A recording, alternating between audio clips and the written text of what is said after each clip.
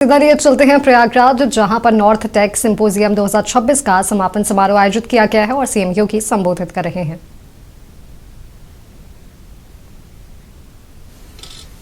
वे वेणी माधव हैं। वेणी माधव सोमेश्वर महादेव महर्षि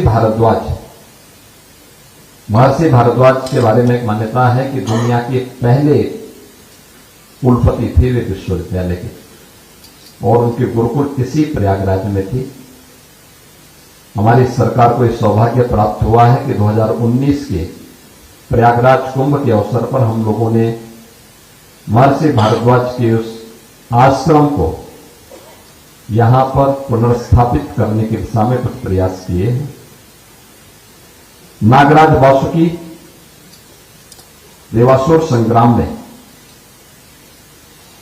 यही नागराज वासुकी थे जिन्होंने सकारात्मक यानी दैवीय शक्तियों की विजय में अपना योगदान दिया था। पवित्र अक्षयवट, शेषनाग और तीर्थों के राजा प्रयागराज, इन सबको मैं प्रणाम करता हूं। इस ऐतिहासिक आयोजन के लिए मैं आर्मी के अपने सेंट्रल कमांड और नॉर्थ कमांड को हृदय से बधाई देते हुए उनके प्रति उत्तर प्रदेश सरकार की ओर से हृदय से धन्यवाद भी ज्ञापित करता हूं।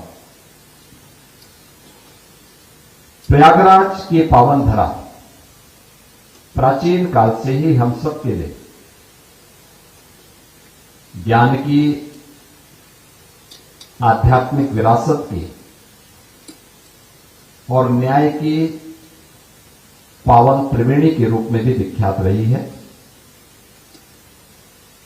मुझे प्रसन्नता है कि आज नॉर्थ टेक सिंपोजियम के माध्यम से हम सब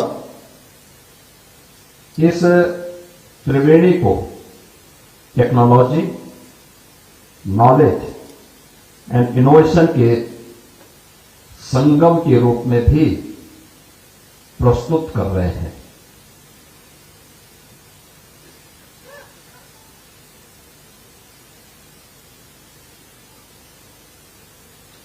हमारे यहां हम सब इस बात को मानते रहे हैं और ये भारतीय मान्यता भी रही है,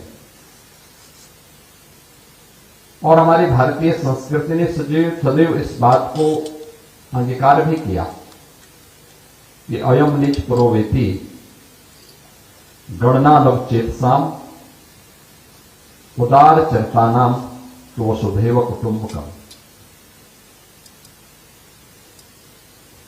ये केवल एक श्लोक नहीं है,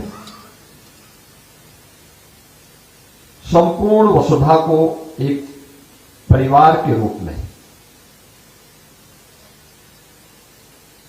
अपने साथ जोड़ने और उसके प्रति उदार भाव, यह भारतीय संस्कृति का सदैव से प्रेरणा रही है। लेकिन उदारता हमारा संस्कार है, करुणा हमारा स्वभाव, परंतु हमें यह ध्यान रखना होगा कि जो सुरक्षित है वही समृद्ध भी। उदारता की रक्षा के लिए उतनी ही शक्ति भी चाहिए, उतनी ही सामर्थ्य भी चाहिए। और राष्ट्र कवि दिनकर ने इसीलिए बातें कही थी कि क्षमा शोभते उस भुजंग को जिसके पास गरल हो, उसे क्या जो दंतहीन विषहीन विनीत सरल हो। याद रखना, जिसके पास शक्ति होगी, सामर्थ्य होगी, वही अपनी संवेदना भी दे पाएगा और वही संस्कार भी दे पाएगा। अर्थात शांति और क्षमा की भाषा केवल वही सार्थक बोल सकता है जिसके पास उतनी सामर्थ्य हो। आज हम अपनी सामरिक और आंतरिक शक्ति को इसलिए नहीं बढ़ा रहे हैं कि हमें किसी पर आक्रमण करना, अपितु इसलिए कि हमारी उदारता को कोई हमारी व्यवस्था न समझने की भूल करे। राष्ट्र की समृद्धि के लिए यह सामर्थ्य हमेशा अनिवार्य है। समृद्धि केवल संसाधनों से नहीं आती,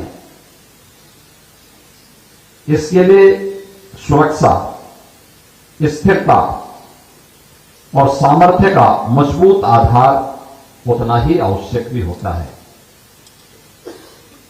उत्तर प्रदेश में 2017 में सत्ता संभालने के बाद हम इन बातों को जानते थे, क्योंकि उत्तर प्रदेश की जो छवि थी,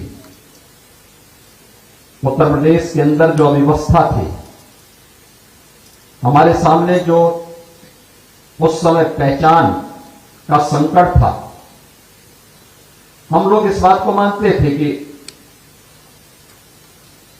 हमें अगर सुशासन के लक्ष्य को प्राप्त करना है, उत्तर प्रदेश को पहचान के संकट से मुक्त करना है, तो हमें सुरक्षा का एक बेहतर वातावरण बनाना होगा। रूल ऑफ लॉ को जमीनी धरातल पर उतारना होगा। इसके लिए हमें उत्तर प्रदेश के अंदर अपराध और अपराधियों के प्रति जीरो टॉलरेंस को पूरी शक्ति के साथ लागू करना पड़ा था। और आज हम सब इस बात को मान सकते हैं कि जो हमने उस समय कानून का राज स्थापित करने का संकल्प लिया, आज उसने उत्तर प्रदेश के इस मॉडल को तो सबका ध्यान उस ओर आकर्षित किया ही है। इसने उत्तर प्रदेश के अंदर एक बेहतरीन इकोसिस्टम डेवलप करने में भी मदद की। आज हम कह सकते हैं कि भारत का सबसे अच्छा इंफ्रास्ट्रक्चर यूपी के पास है। एक्सप्रेसवे के रूप में, हाईवे के रूप में, रेलवे की कनेक्टिविटी के रूप में, मेट्रो के रूप में और एयर कनेक्टिविटी के रूप में भी। आज सुरक्षा के प्रति सरकार का पहला जो प्रायोरिटी सेक्टर हमारा था, उस पर ध्यान देने का परिणाम क्या है? आज देश और दुनिया का हर बड़ा निवेशक, हर बड़ा इन्वेस्टर यूपी के अंदर आकर के निवेश करना चाहता है। आज सुरक्षा का परिणाम क्या है? कोई भी सरकार निर्णय लेती है, उसको प्रभावी ढंग से एक समय सीमा के अंदर